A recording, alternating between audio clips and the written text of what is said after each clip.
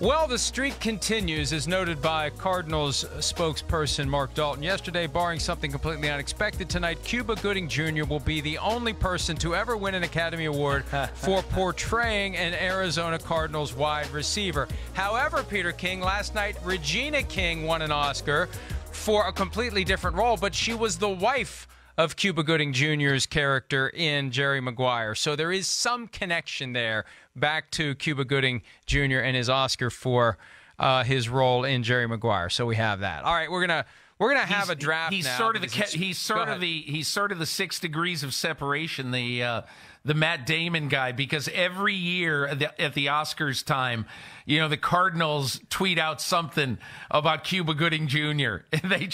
They love that part of their history.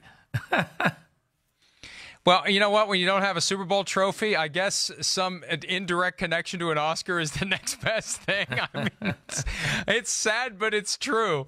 All right. Sad, but true. We're going to move on with our draft for today. And this is in honor of the Oscars. And this is the player about whom the best biopic could be made. We saw Bohemian Rhapsody with the Freddie Mercury deal, and that kind of inspired it. Rami Malek won the Oscar for Best Actor portraying Freddie Mercury. So what player could we have, current or all time, the best biopic made based on that person's life? Peter King, as always, you get to call the coin toss. I continue to insist it's rigged. We'll see based upon how it turns out today.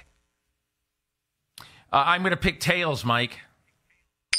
Ding. Oh, Tails never fails, and Tails is usually that's how it's rigged to land, and of course there it is. Peter gets the first choice, and I know for me there's one that stands out above all others, but we'll see if Peter and I agree. Peter, I don't know who your number one is, but mine is Jim Brown. And the reason that I would pick Jim Brown, you know, the fantastic running back, in my opinion, the greatest running back in NFL history, is that Jim Brown retired in the early 60s at the peak of his power after winning an NFL rushing title. And he retired from the set of The Dirty Dozen, which was being filmed in London at the time. And he was one of the stars in a movie with Lee Marvin called The Dirty Dozen. And he retired because he thought that football was sort of limiting, limiting his ability to be a complete person. And I think he's had a fascinating life since then, somewhat sordid life at times, but he's also been a major leader, you know, in a lot of civil rights areas with players. So I'll take Jim Brown, Mike.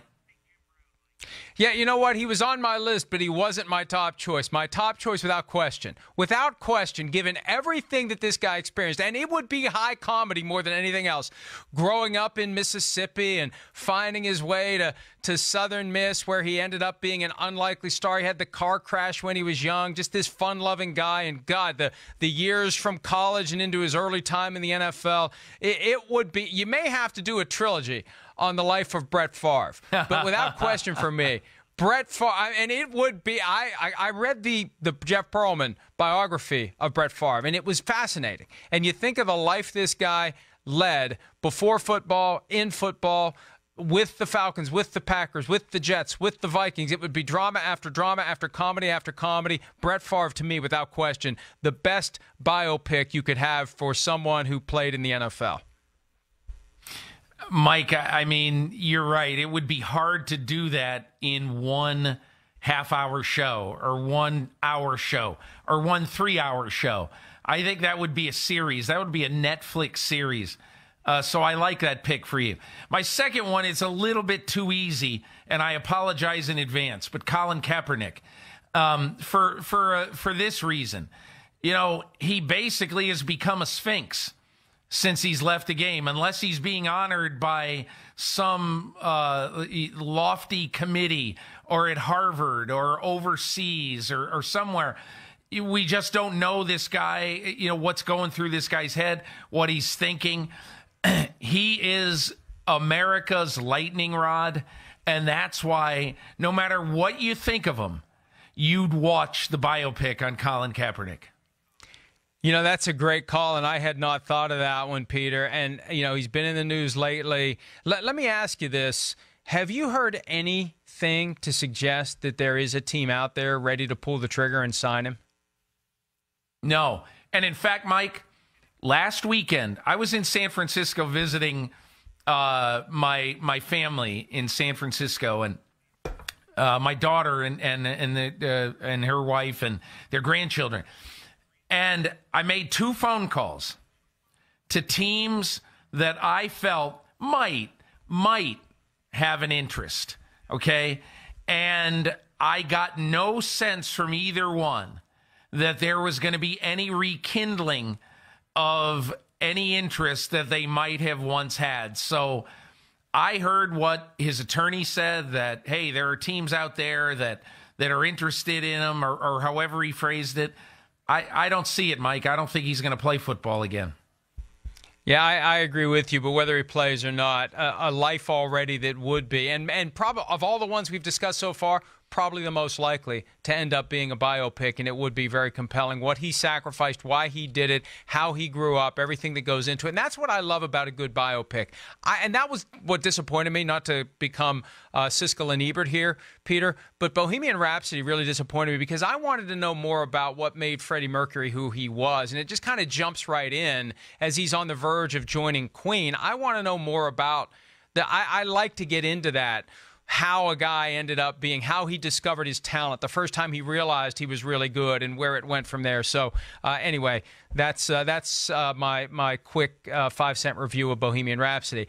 Joe Namath. I don't know that Bohemian Rhapsody would be the best title for a Joe Namath movie, but Joe Namath is because here's the thing. I thought about more modern players, but Joe Namath played at a time where we didn't have everyone's life as an open book.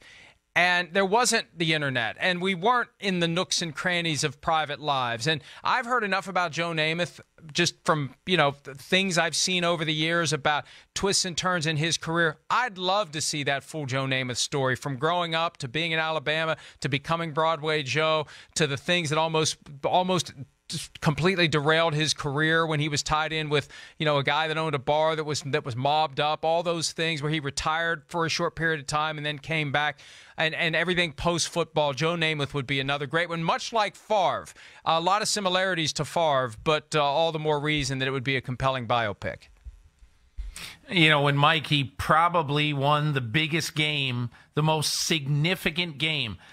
And I know everybody refers to the 1958 championship game, Colts-Giants, as the greatest game ever, but and it well may be, but this game, honestly, where he won the Super Bowl, he predicted it beforehand. The colossal upset of the Baltimore Colts.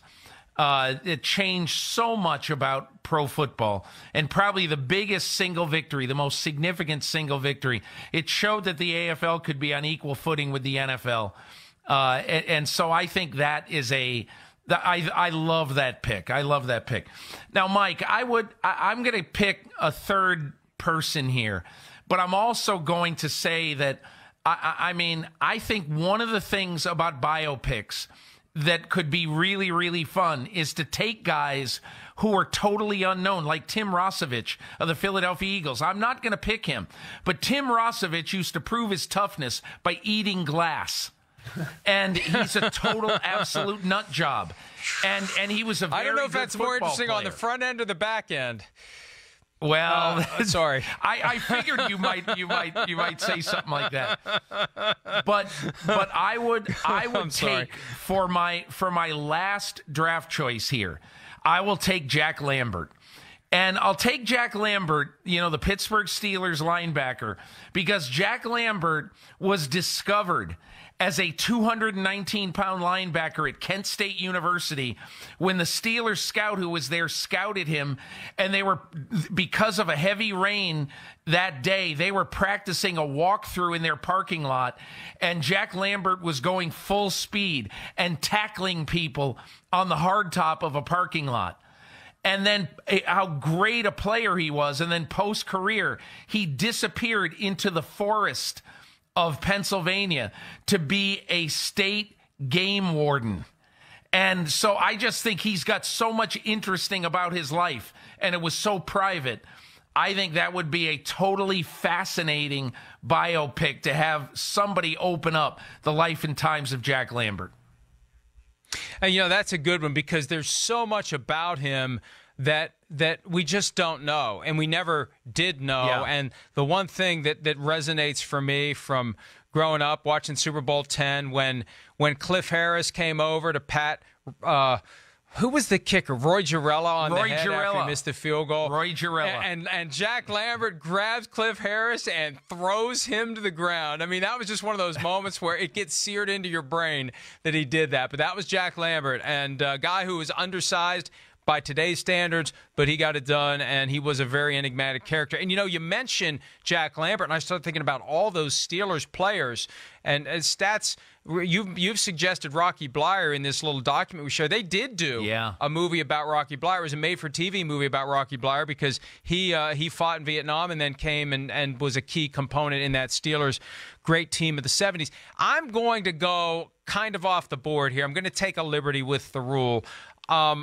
I want to just do one on the 85 Bears. And this is in keeping with the same Favre, Namath, just craziness. And could you imagine, and it would be difficult. You'd have to maybe focus on 4 or 5 guys, Jim McMahon and, you know, Richard Dent, but it would be built around how this team all came together. That's right, the Fridge, Walter Payton, how they all came together, how they all found themselves in the same place at the same time, how they managed to capture the fascination of the entire country back in 1985, and then after that they never did anything. They fell apart. They should have won 2 or 3 or 4 Super Bowls, but I think there's a hell of a story there to be told, and the right way to do it would be to do it on the big screen.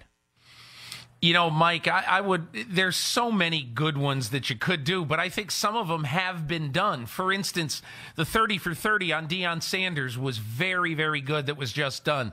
But Deion Sanders is a totally fascinating character because he invented his persona. When he looked at the salary numbers of guys in the NFL, he invented prime time because he saw that cornerbacks weren't getting paid. So I'm going to invent a cartoon character. And that's exactly what he did. And you know what? It worked. And Bo Jackson, the same thing. Those two guys in modern sports, playing 2 sports at one time, is absolutely unbelievable. And especially like Deion Sanders did, being the best cornerback in football and starting in the World Series. I mean, that is something that I think if you think about it today, you mentioned before earlier in the show about Jameis Winston. You know, when I mentioned to Jason Light that year that Jameis Winston still was thinking about playing baseball, Jason Light called his agents and said, listen, this is a non-starter. If we can't have a clause in his contract that prohibits him from playing baseball while he's our quarterback, we're going to go elsewhere. I honestly think they would have taken Marcus Mariota. And so it won't happen today, or it probably won't happen today. But there's something about Kyler Murray. And Mike, I've raised this as a specter.